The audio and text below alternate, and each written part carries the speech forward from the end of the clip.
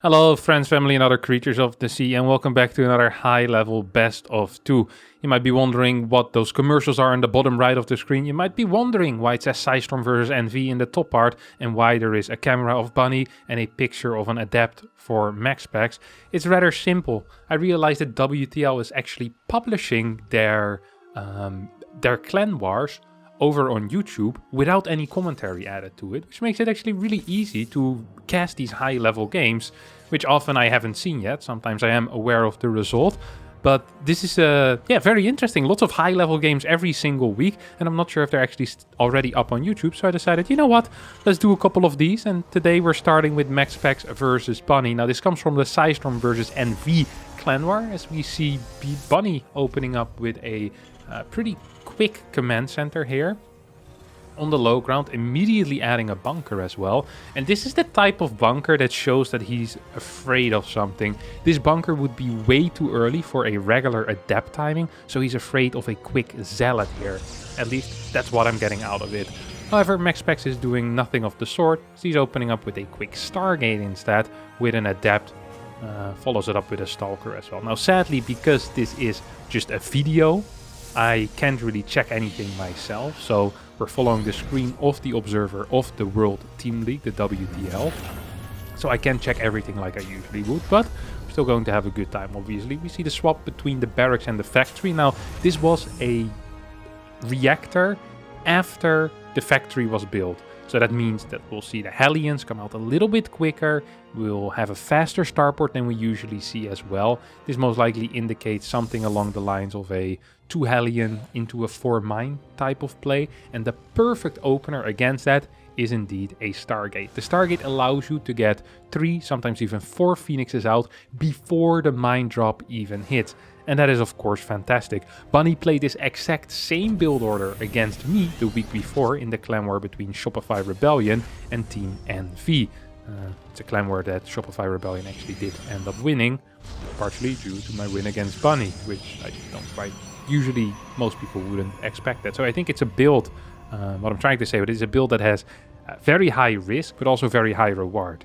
If the Protoss player is not playing a Stargate opener, this build generally is quite good. However, if the Protoss plays a Stargate opener, all of a sudden this build sucks, you're really far behind, and it becomes difficult to win the game. Now, of course, there are some other factors that we need to think of.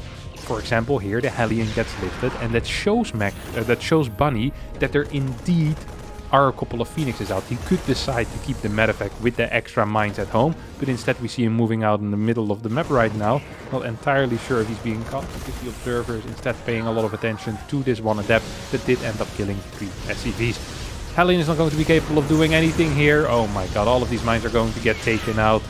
And at the same time we see the Hellion not really killing anything either, as the battery helped out against that Hellion fire damage on the probes.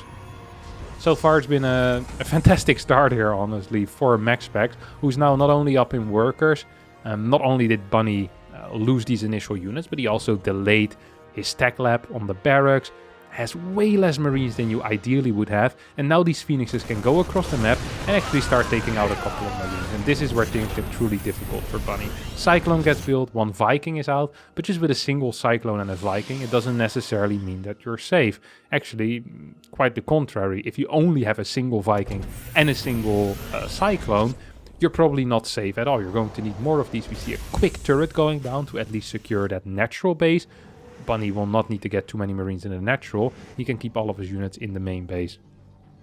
However, because a push is so far away at this point, MAXPAX can pretty easily probe up to whatever probe count he wants to, go into charge, get the +1 upgrade going as well, and from here on out most likely go into a very heavy charge type of style. Now, this could be followed up with a robotics facility for a Prism, could be followed up with a Templar Archive for either Archons or Storm. There's just a lot of options right now for MAXPAX, and we'll have to wait and see what his actual plan is going to be.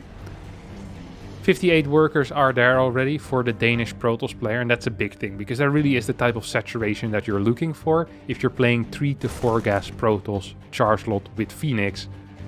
At the same time, ooh, is that 5 Rex coming out of Bunny? I do not believe there's a 3rd CC yet, but I do see a 4th and a 5th barracks being constructed right now. That means that this is extremely all in. Bunny is going to be finding this probe as well as the pylon. Luckily for MAXPAX, the pylon did not finish yet, so he can just easily cancel it. We'll lose 50 minerals for the probe, as well as 25 minerals, which is the cost of cancelling a pylon.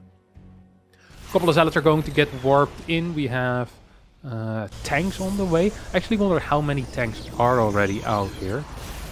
Ooh, that's 2 tanks right there. Third tank is on the way, but I don't think it will join that first push.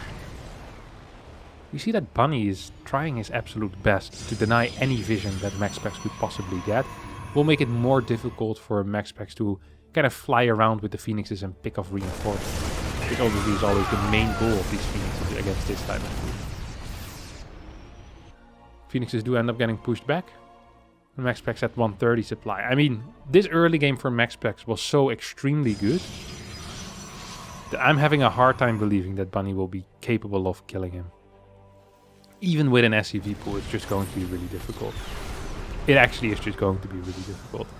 5 Phoenixes are out. I think there's a 6th Phoenix on the way. Armor is kind of far away from finishing here. This is a nasty position as well. Small Zealot run by will cut off some of the reinforcements. MAXPAX can just wait a bit longer. Ooh, it's actually going to go in immediately. Tanks are in position, do get lifted though. Marine comes in. 15, 16, 17 workers are going to end up falling. Good lifts. And this, my good friend, is pretty much going to be king number 1. 130 supply against 55. I think MAXPAX lost 3 supply. Bunny looks kind of desperate. Taps out as MAXPAX wins game number 1. And we see the winner picture of MAXPAX. I think this is an adept, right? It's not a zealot. Weird looking zealot. So we'll be heading into game number 2. Here we arrive in the second game. And it's going to be played on Curious Mind. Quick Scout coming out of MAXPAX. Actually discuss PvT every now and again with MAXPAX. He'll ask me for a build or what I believe is correct.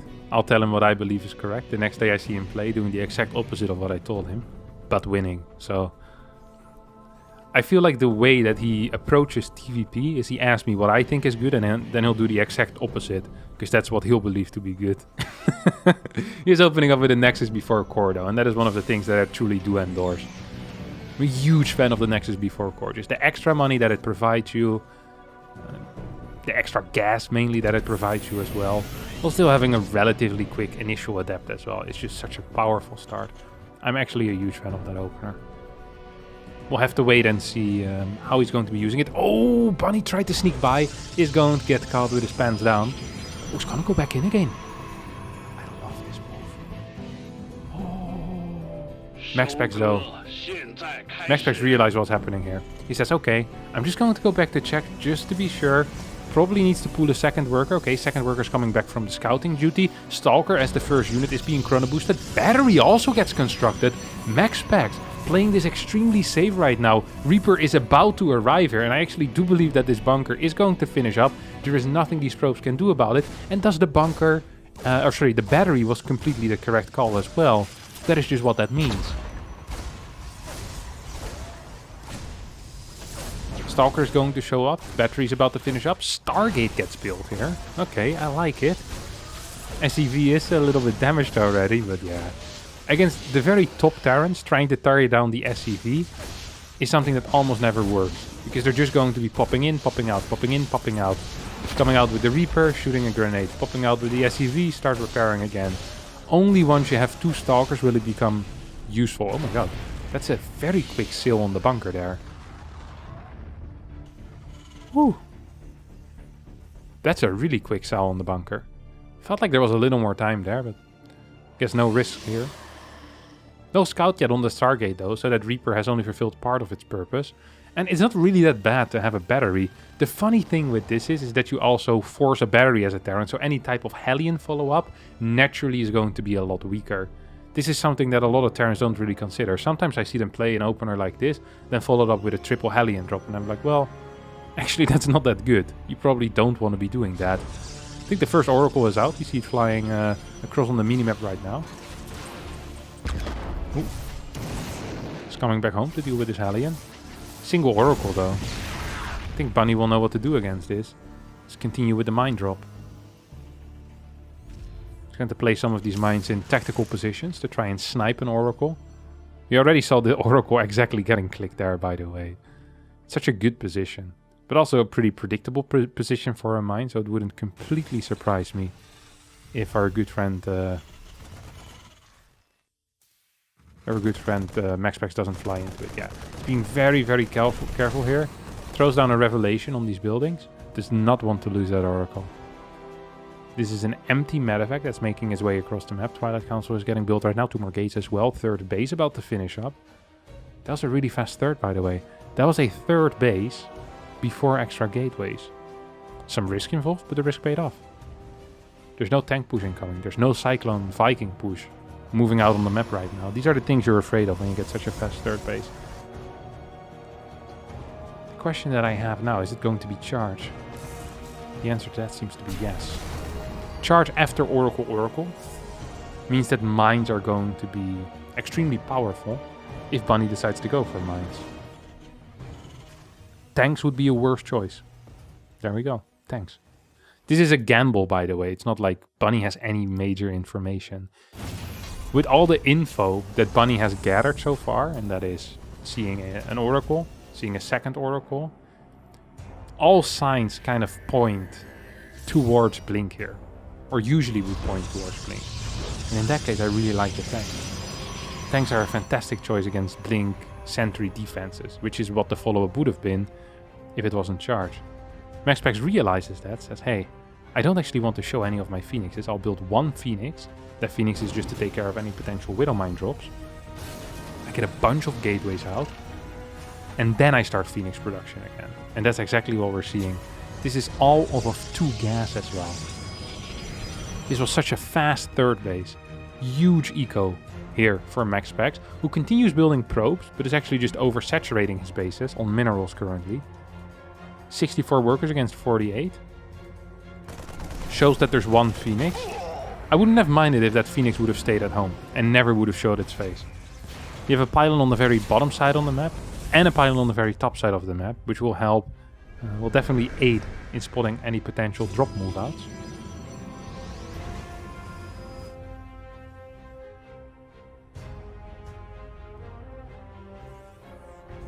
Third CC is built on the high ground. 30C is kind of late. MAXPAX has played really greedy up until this point. Really, really greedy. Here's a move out with a Raven, a tank. And 1 mine, as the other mine has gotten stasis. At the same time, there is a 7 unit drop heading to the main. 6 Marines, 1 Marauder in there. This is a big engagement right now for MAXPAX. MAXPAX is going to continue chasing, and without any mines available, I think this is a really good fight right away. Oracle's in the main base probably trying to deal with this drop. Zealot Warpin is also helping out, and the Phoenixes will definitely seal the deal cleaning that up. At the same time, a couple of workers going down on the side of Bunny for a second game in a row. MAXPAX with a dominant performance here in the first 6 to 8 minutes. Just showing Bunny, hey, this is how we roll in Europe. Are you ready for that? And so far the answer seems to be no. Bunny is not ready for that. 77 supply against 116. 30C is finishing up, is morphing into an orbital, and the first 2 mines are also on the way. But I think Bunny is starting to realize that he's getting completely blasted here by the young Danish Protoss player.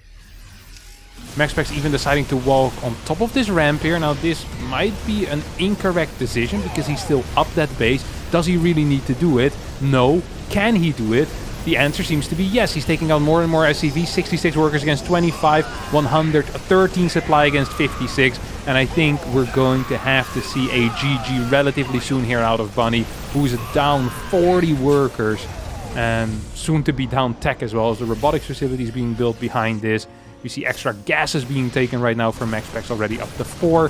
There's 400 gas in the bank. Robobay coming down. Observers, extra Phoenixes as well for added safety. Look at that income tab. Holy crap. 1900 resources more a minute. That is something that Bunny simply cannot compete with. Blink is being researched as well. We have the second robotics facility on the way. MAXPAX is playing this like it's a late game. Like we're going into a pretty standard mid game followed up by a late game, but that's not the case. This is a game that will forever be stuck. Ooh, what is this? Holy crap, most damage? That looked pretty sick. Zealots have dealt the most damage so far this game, I think is what it's at. course, the overlay is in Chinese. But the Zealot portrait is the same, both in the English version as well as the Chinese version. It's not like they are different looking units. That would make localization cost a lot more all of a sudden. I think StarCraft already cost like 100 million to produce, but you have unit localization. How it is with like, if you buy like a Coca-Cola in America or compared to Europe, like it's sweeter, you know, they put more sugar in, or they put more of one thing in here and slightly less of the other there to kind of go for local taste. I guess you could have the same with unit localization, technically, for StarCraft 2. That's not the case. So yeah, it was the Zealot that dealt the most damage. Anyway, 2 Colossi on the way right now. 34 workers. Once these Colossi are out, Bunny is also out. Like, let's just face it. This game is pretty over. He has 1 more timing left. He has a pretty big army, 75 army supply against 74. But defensively, Protoss armies can be 15, 20 supply smaller and still be fine defensively. If defensively they're up in supply, yeah, Terran is dead. Especially if that army also includes high-tech units like Colossi or a higher Immortal count, Storm, hugely beneficial of course, really allows you to lower any type of potential supply as long as you have these important units. But here MAXPAX has actually he's down 20 army supply right now. Really does need to do another big warp, and yeah, there we go. It's going to be very close in army supply, equal in upgrades, and have a solid defensive position as well as superior tech. Let's face it, not a single Viking out on the map. The moment Thermal Lance finishes, this game is 150% over, rather than just 100% over that it is right now. I know that is not possible, and I'm looking forward to hearing out of all you mathematicians telling me how dumb I am. That's the price you need to pay. This actually is a fight that I would not be willing to engage in if I were MAXPAX, for the simple reason that there's no need to. I mean, MAXPAX is aware of the fact that Bunny is on 2 bases, or is only mining from 2 bases. Meanwhile, MAXPAX is on 4 bases. Has Blink, is waiting for 2-2 to finish up. Doesn't need to walk into a concave. MAXPAX could be sitting at home teching into carriers right now, and there's nothing that Bunny could do about it. There's 25 different ways for MAXPAX to end this game, and this is the only one that carries any risks. So I like that he's just moving back. He's saying, hey, I don't need to go there. I can max out, I can get superior upgrades, and then we can fight. If you ever decide to move out, I'll send in a 15 Zealot run by, and I'll defend at my base. If you don't move out, I'm going to wait for my 2-2, or until I'm maxed with +2 attack, then we're going to be fighting. Guardian Shield gets activated, Zealots flanking towards the 3rd base. We'll start working on that command center. Probably would be better just actually joining the fight as well. Good control out of Bunny. This map is so good for Terran concaves, but how useful is a concave if you're down 50 supply? Well, apparently pretty useful. A lot of these Colossi going down right now. 6 SCVs also falling. Zealots win the left side. 2 Colossi manage to stay alive. GG gets called as MAXPAX wins this best of 2 with a 2-0 score. And once again, we see the face of the adept. MAXPAX does not have a picture. That is going to be it for me today. Thanks all so much for watching. If you enjoyed this beautiful video, be sure to like it. Be sure to subscribe to the channel. Hopefully I'll see all of you next time. I am aware that the quality of this is a little less than perhaps you're used to, but I'm really running out of high-level games, and I'd rather cast high-level games with slightly worse quality than cast lower-level games with a better in-game quality. If you disagree with me, be sure to leave it on the comments. I'll read them and I'll decide whether I'll do this again in the future. Thank you so much for watching, and bye-bye.